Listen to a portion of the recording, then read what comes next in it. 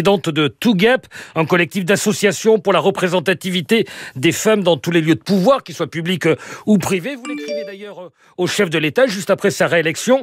Une femme première ministre, ça devrait être une évidence.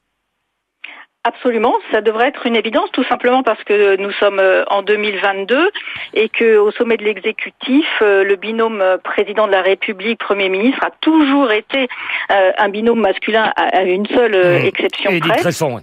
Absolument. Et donc aujourd'hui, on a quand même beaucoup de femmes politiques qui sont compétentes de premier plan. Elles existent, elles sont là.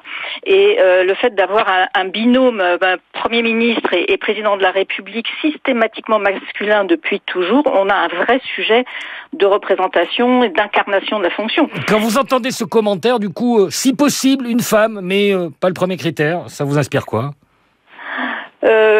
Écoutez, ça m'inspire que effectivement c'est pas un critère de choix concernant la compétence, mais pour autant il y a, comme je viens de vous le dire, énormément de femmes qui sont compétentes et en capacité d'assumer ces fonctions, et on pourrait aussi imaginer un binôme paritaire Premier ministre, président de la République. Donc je regrette que ce soit pas au sommet de l'agenda. Il y avait déjà cette idée-là de la part d'Emmanuel Macron il y a 5 ans, il l'évoquait avant d'arriver à l'Élysée. Et là, parce qu'on en reparle de cette manière-là, on a cherché, on n'a pas trouvé, sous-entendu, elle n'existe pas, la femme qui pourrait être Premier ministre. Alors, on a cherché, on n'a pas trouvé ça. Comme je vous le disais à l'instant, ce n'est pas possible. Si on cherche, on trouve. Les femmes, elles sont là. Donc, il y a vraiment une question de volonté.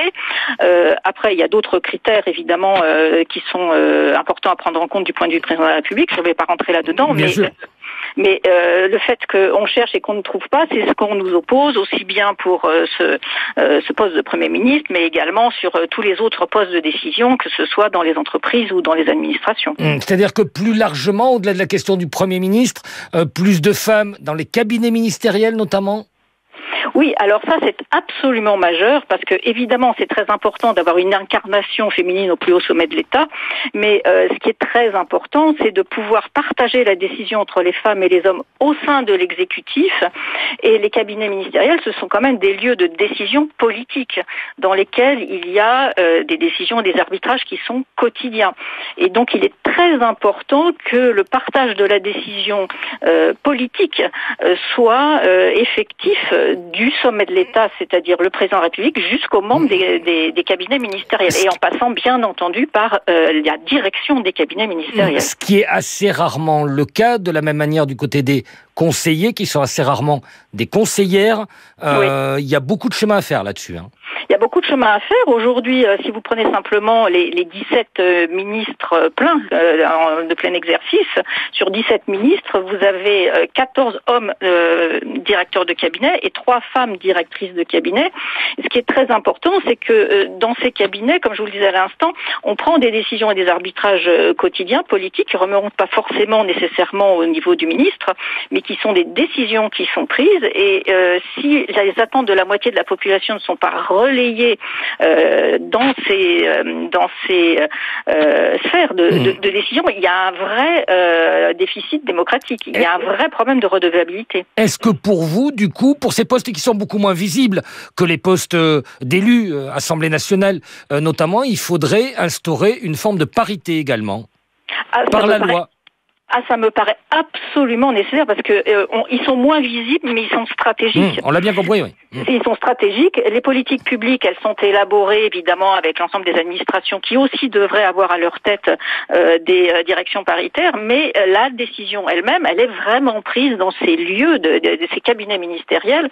Et si on a un regard qui est massivement masculin dans les lieux de décision, on a un problème de qualité de la décision publique, parce qu'on doit avoir une forme de redevabilité vis-à-vis des citoyens et des citoyennes. Nathalie Pille, un président de la République qui vient d'être élu et qui dirait aujourd'hui oui, ce sera une femme qui sera première ministre, que je nommerai dans quelques jours, ça sera un progrès pour vous ? Ah oui, très nettement. Très nettement. C'est une question d'incarnation, et donc c'est de montrer que c'est tout à fait possible de partager le pouvoir, enfin un terme à ce que vous disiez tout à l'heure, qui est qu'on ne trouve pas des femmes, c'est-à-dire qu'il y a un présupposé d'incompétence, et il faut absolument lutter contre ce mythe de présupposé d'incompétence, et de s'assurer que, au-delà même de la Première ministre, évidemment, c'est l'ensemble de la sphère décisionnelle politique qui est partagée. Et si ce n'est pas une femme qui succède à Jean Castex ? Ce sera une déception. Occasion ratée ? Ah oui, je pense. Merci beaucoup Nathalie Pille, donc présidente de ce collectif Tougab qui s'adresse directement à Emmanuel Macron pour demander qu'une femme soit Premier ministre après Jean Castex. Ce serait pour vous une évidence. Merci beaucoup d'avoir été sur France Info.